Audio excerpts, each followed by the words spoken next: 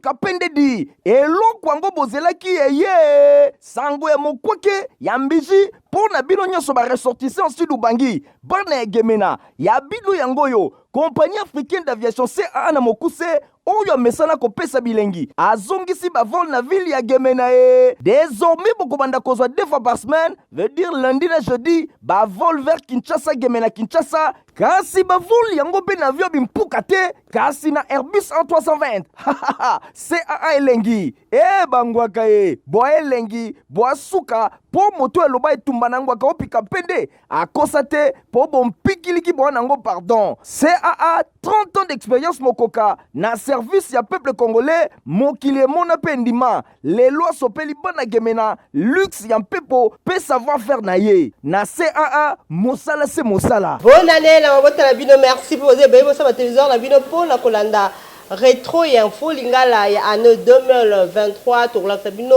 ba sujet o marquaki année mobimba kasi mokolo ya mardi 2 janvier to bandi bongo na ndenge et pas wapi mois janvier to lobela ki mingi faisant opération ya enrôlement pour na ba élection bolanda yango.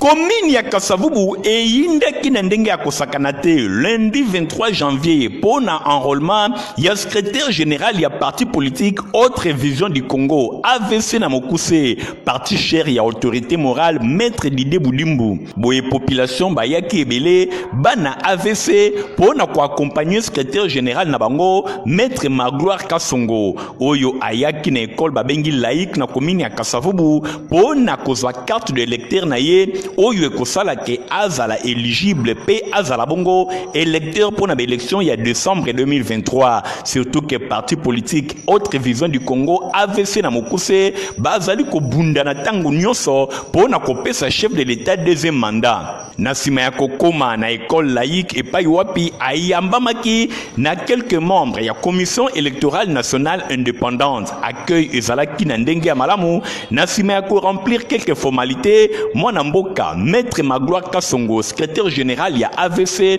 azwaki carte de lecteur na ye na esengo ya ba base nyonso ba accompagnaki ye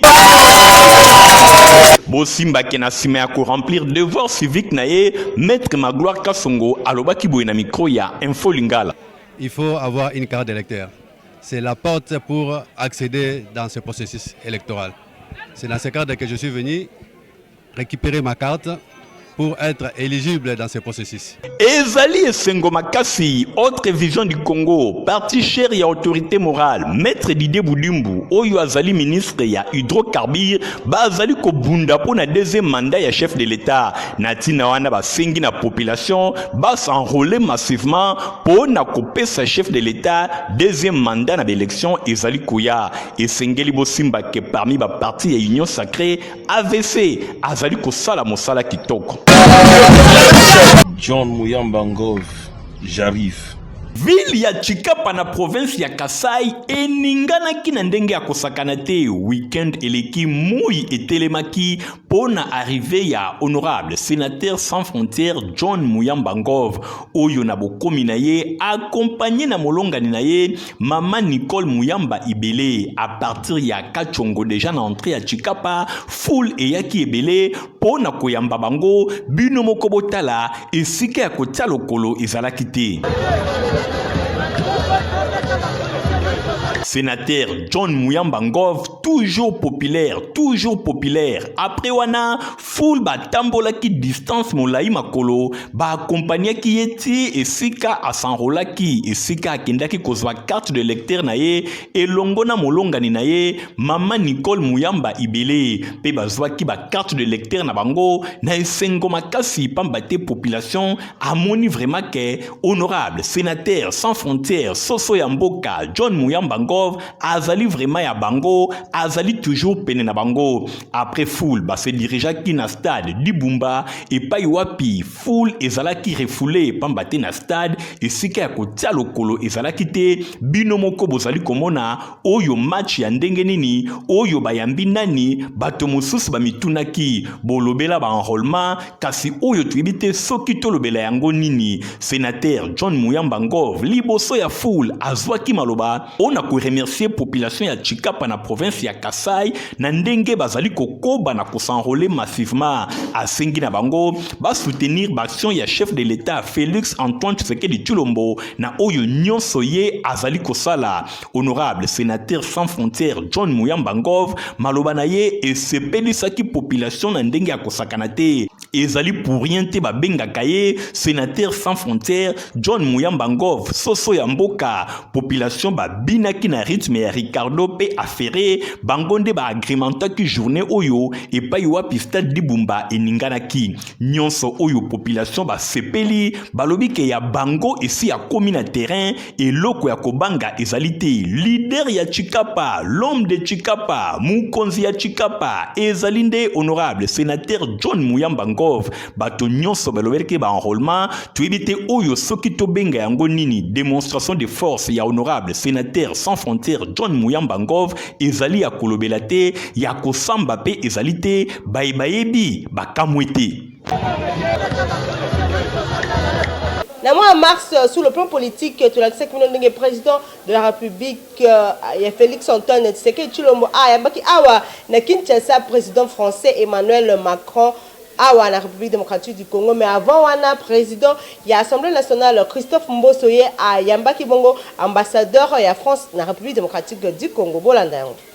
Après tête à tête contre deux chefs d'État, Baleka Kimbalamoko na conférence de presse Wap et Paï, Bazala qui répondre na question, il y a journaliste président de la République la France Emmanuel Macron a rappelé soutien il y a souveraineté dans la République démocratique du Congo oyo ezali ya ko négocier pour France à tolérer ce comme pillage et salema balkanisation pété ata guerre éco pété pour naye na masolo na bango na président angolais João Lourenço Pazwa qui date il le 7 mars 2023 pour la médiation il y a crise RDC que nouveau cesser les faits et salema peut couper sa chance na négociation il y a paix durable car na même point de presse président il y a République démocratique du Congo Félix Antoine Tshisekedi Tshilombo na ngambo na ye a retiré appel ya sanctions internationales na Rwanda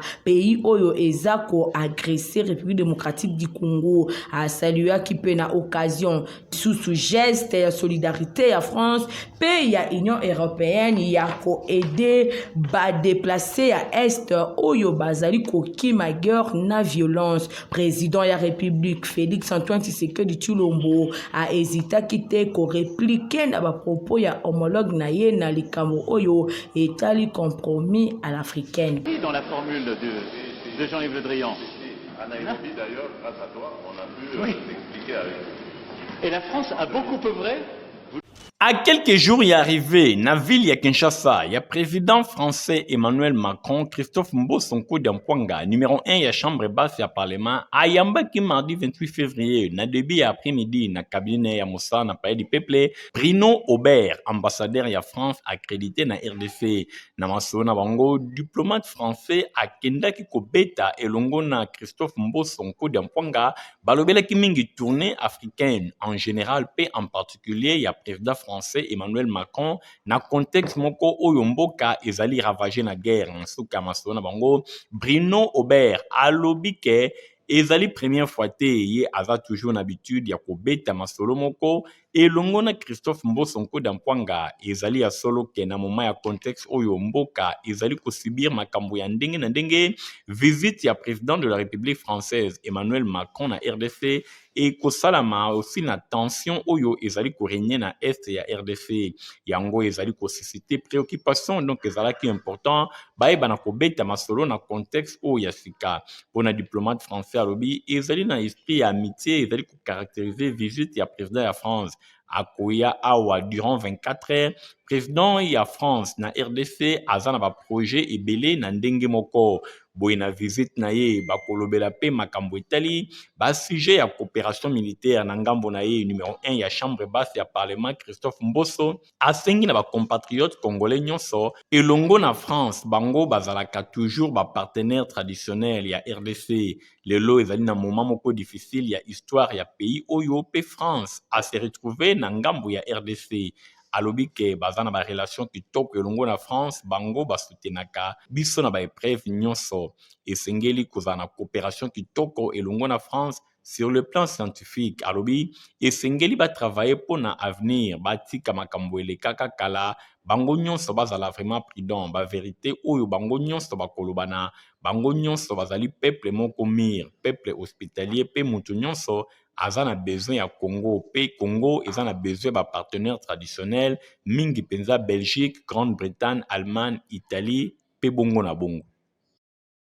tobetela bongo bino lisolo ya chef de l'État Félix Antoine Tshisekedi Tshilombo oyo asalaka visite moko kuna na Kisantu na Congo central pona ko honorer mémoire ya ancien recteur na ye kaka na masolo oyo ya rétrospective tobetela bino lisolo sur ndenge première dame Denis Nyakero Tshisekedi a fêté ki mois de mars kitoko elongo na ba maman kuna na commune ya Ntili. Épouse ya chef de l'État Denis Nyakero Tshisekedi akitaki ye moko en personne kuna na maison communale ya Ntili pona ko communauté pe ko solana ba mama na repas de cœur na ba épouse militaire policière ba femme commerçante ya kinkole ba maraîcheur ba pêcheur ba vendeuse ya mbisi ba pilote pe ba différents vivres souci ya présidente ya fondation Denis Nyakero Tshisekedi ezalaki ya ko encourager basi oyo pona débrouillement ya mibali oyo bazali ko servir na se ya drapeau ya République démocratique du Congo kasi mingi penza ba oyo bazali ko combattre na front pona ko sécuriser intégrité ya territoire national contre agression étrangère. Ayaki komona bino boyebaki bozala na motema na ngai mais peut-être tant nde mona na raté po tokutana na bino nzambe a permettre tokutana na komisie pe na lobi lisusu merci na bino nyonso po na disponibilité na bino il faut toyebana po toyebani na mibali na bino mais ngai il faut nayeba pe bino pe boyebanga toza kolia tozo fete tobosana ba mama na biso oyo baza awa na Kinshasa mibali na bango baza na front na bao baza kuna na makambo nyonso zokomela bango na bitumba oyo bavoisin bakotelisi biso nga nayebaka teke mama Denise ayebi biso me nzoka mama Denise ayebaka biso ayebaka keke na kinkole pe na komi na nsele ezala na bamama moko bazala na bateka maboke oyo balesaka bana na bango batangisaka bana na bango eza mwana biso ya ba mama naza na esengo makasi mama na biso première dame yambi biso lelo talaka esengo toza nango tozolia en tout cas amatisi valeur na biso na mwa oyo komona première dame à love boy ah mama vanda na yo umela vraiment oya oboya yo asala mokili na ye yo za mama de mama loko reconnaître biso toza na sima na yo kaka au cours du journal Info Lingala na mois avril tolobelaki bino sortie officielle ya plateforme Union Sacrée o esalama kitoko na stade de martyr kaka na masolo o wana boyebaki coopération ya République démocratique du Congo na Cour pénale internationale esalama ki na nzela ya ministère ya justice pour na kobeta kaka lisolo ya mois d'avril tolakisa bino na primature ndenge kuna premier ministre Jean-Michel Sama Lukonde akendaki bongo na investiture ya président turc. Président ya Assemblée nationale Christophe Mbosonko Diampwanga oyo azali moko ba présidium ya Union Sacrée a dévoilé vision ya Union Sacrée pour na bâtir un Congo fort, uni pe souverain, libre et prospère pe Congo ya espoir.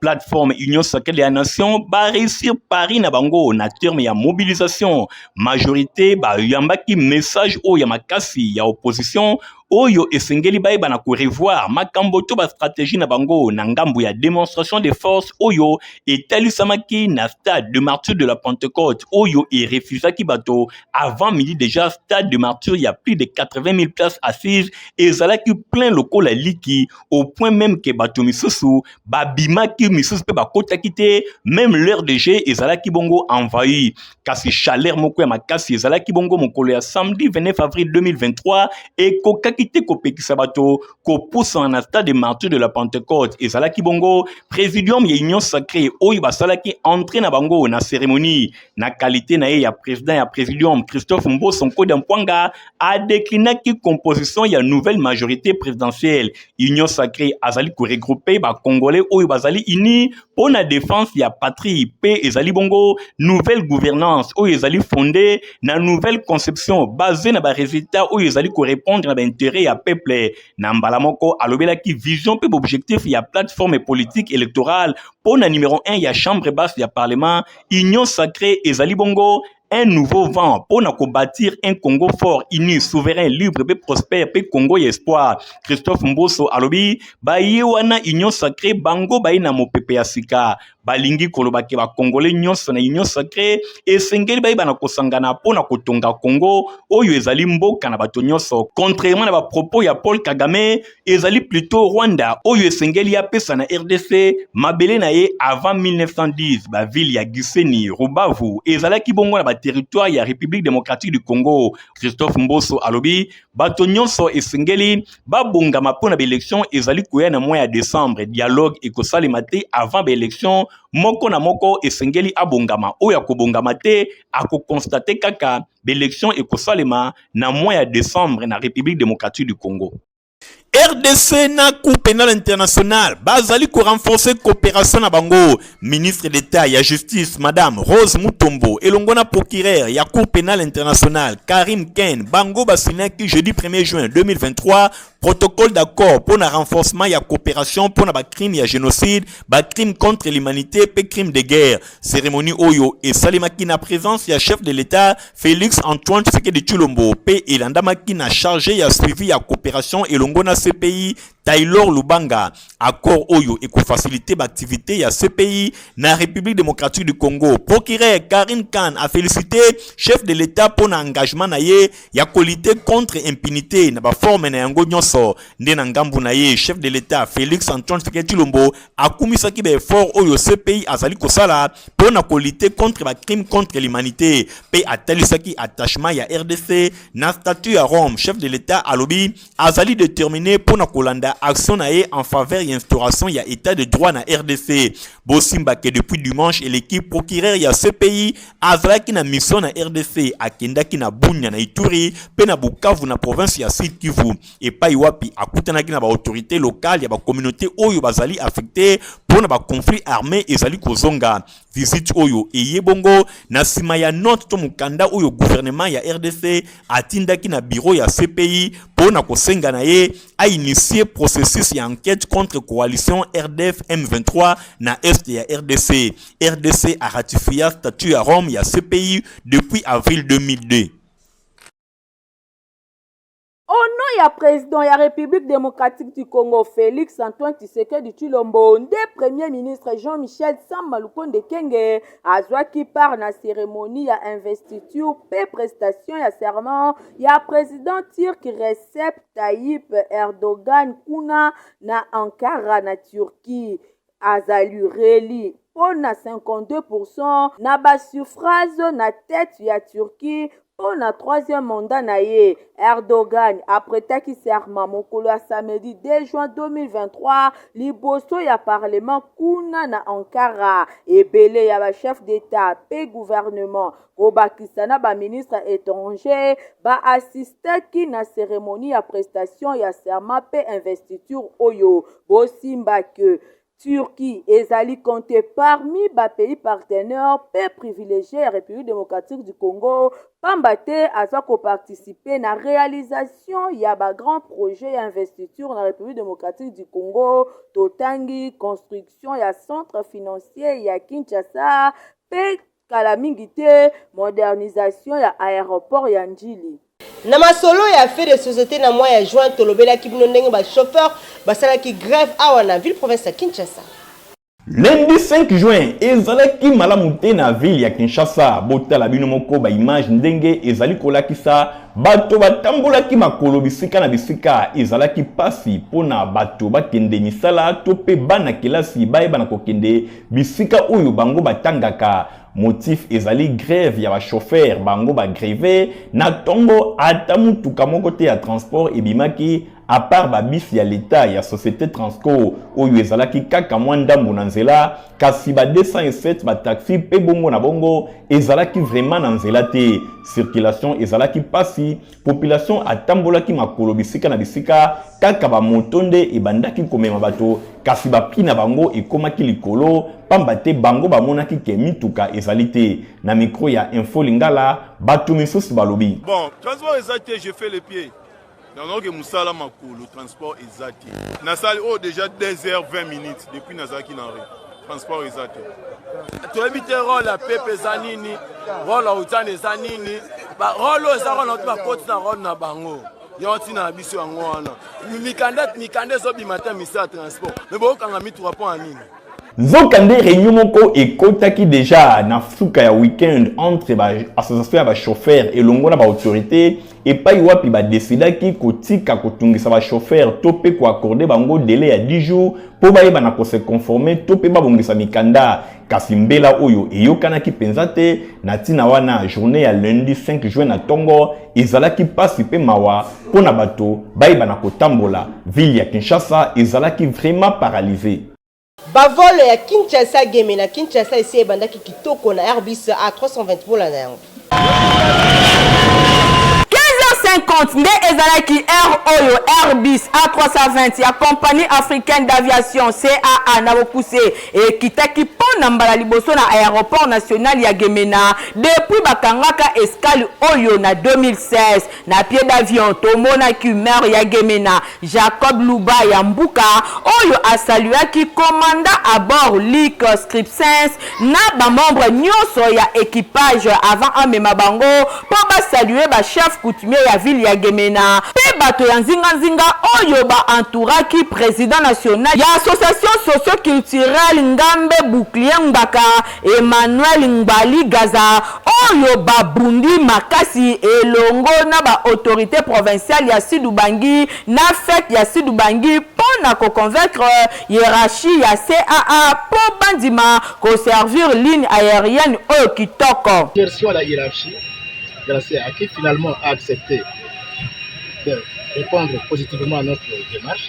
Nous remercions les ministres du Transport et de la Communication qui ont mis en compétition. Nous remercions également et nous remercions toute la population qui nous a soutenus. Toute la population qui nous a soutenus pour cette démarche. Ambiance ezalaki total na aéroport ya Gemena population bayaki ebele oyo babinaki na rythme ya groupe folklorique Gazawili.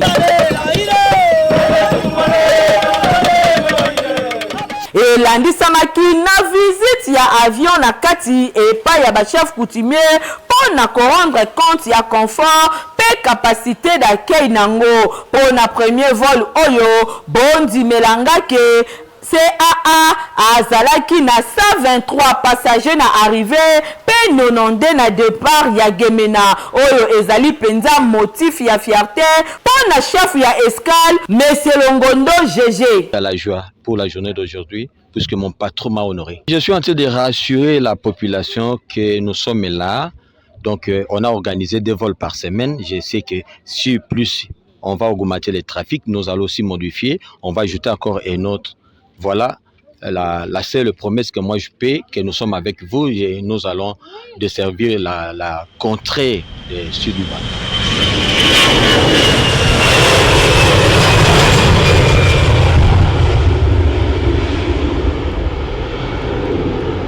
Eric Travel, les agences de voyage à Kitoko, pas wapi, beaucoup de voyager na tranquillité, ma casse, ceux qui va saluer la démarche, Nanzela Eric Mwamba.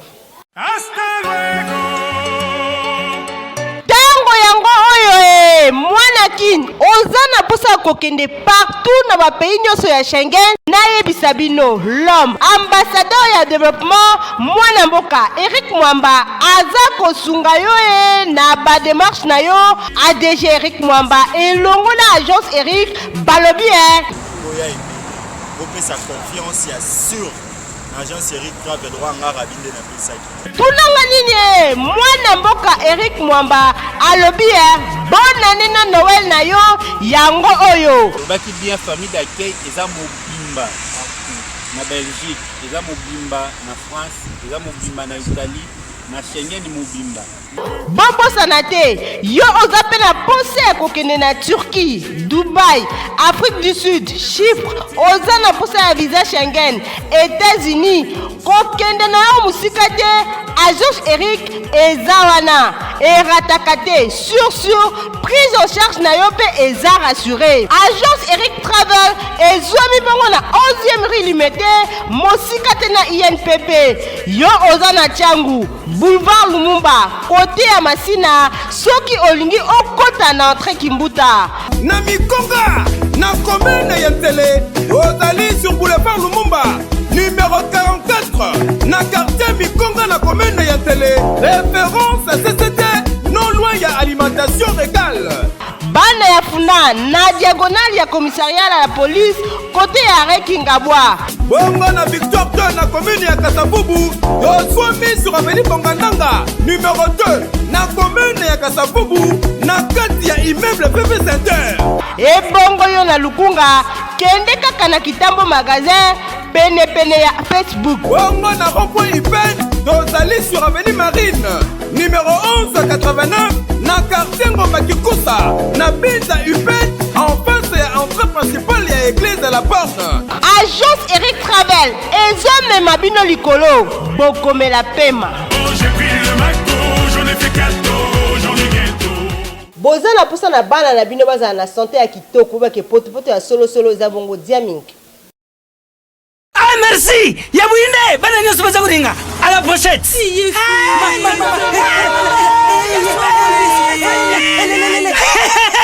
Bouzala Kwarme, Protivap et tonne la protéine et énergie. Ah papa, merci pour les pour les enfants. Eh Bino, bote la baonine, bote na bodo la Bino, baba kansa bomba bonga. Bona bana na yo bakuma rukura bana oyo. Faut laisser kabango, poto Protivap. Et ça va pota te. Allez, kamata. Bon appétit. Bana nyeso ba yaka Protivap. Ah ba sisi kulia ya bango Protivap, ba bandi ba dansi na bango ya ba bebe pro. Tala. Ba yango, tata kitoko ntoto makati. Tukana mbimbi, oyo tukana mbimbi. Makusa, Protivap, poto kitoko pona ba bebe pro. Olingi ola tasipata qualité pe ya kitoko, place za kase moko na 7e rue Limete, Papa Griff azawana pona bino. Papa sinangai, eutako apio. Olingaka basapatu kitoko, olingaka mokoto ya malonga oyo ekobimisa yo propre liboso ya bato nyonso. Esika ezase moko na 7e rue na commune ya Limete na place commerciale na Petit Boulevard. Tala malamu yeyo collègue ya bato nyonso basalaka basapatu minene na mikili ya poto basapatu ya kitoko oyo bino boyebi. Yeyo yemoko ayebi mosala na ndenge akosakana te bato nyonso bayebi. Collègue ya Jimmy Weston azali kosala koto na ndenge akosakana te. Nayebi ke chef de l'État Fachi Beton oyebi nga na Kombo, oyebi nga na Elongi, oyebi nga na Moussara. Moi je pense que c'est déjà quelque chose de bon. Puis oyebi batezaki na Limete. Donc il y a un premier ministre Moussara na yo na misé oyo kota palais du peuple obenga ngai tokuta. Mais tu le loka ba blocage. Mais on a même le ministre là, ministre de la culture Azali, ministre de l'industrie Azali, ministre de la PMI Azali, PMR. Mais pourquoi tel Gogo Changa Maboko va venir diminuer le taux de chômage? Pour nous les hommes, par contre, nous avons pas Patrice pour diminuer le taux pour encadrer jeunesse, pour transformer Bango, si vous avez pour ça la sapate. Est-ce que on a besoin de ça pour nous? Je ne pense pas. Automatiquement, Aoluka, Azala, responsable pour qu'il y ait des familles. Mais pourquoi? Nasa été pourquoi? Dans ce cas-là, on a fait un Argentine au Bila. Adjoint les alliés chez Gogo Moulumba, fils gouverneur Argentine au Bila. Nous avons même bonne foi. Alors, Ngamou, mais Bangati n'est pas chef de l'État. Il n'a pas essayé mon compte. Il a dit que ma politique, moi, ma caméra. Mais il fait qu'il bonne foi. L'autorité nous suspend pas ça. Moi, je pense que nous sommes effort. Et ça, devoir dans le nous. On va devoir dans la salle. Ceux qui étaient dans la 7e rue, place commerciale, dans le petit boulevard, place partie, soit dans le ambassade d'Adour à Kekele, pour nous dans la présence de la salle. Nous avons bien organisé. Nous avons des candidats, nous avons l'État le plus soutenir Yango na Bimisi. Mais, il faut soutenir un maquet. Bon, je comprends, tant que client ne soit pas d'accord,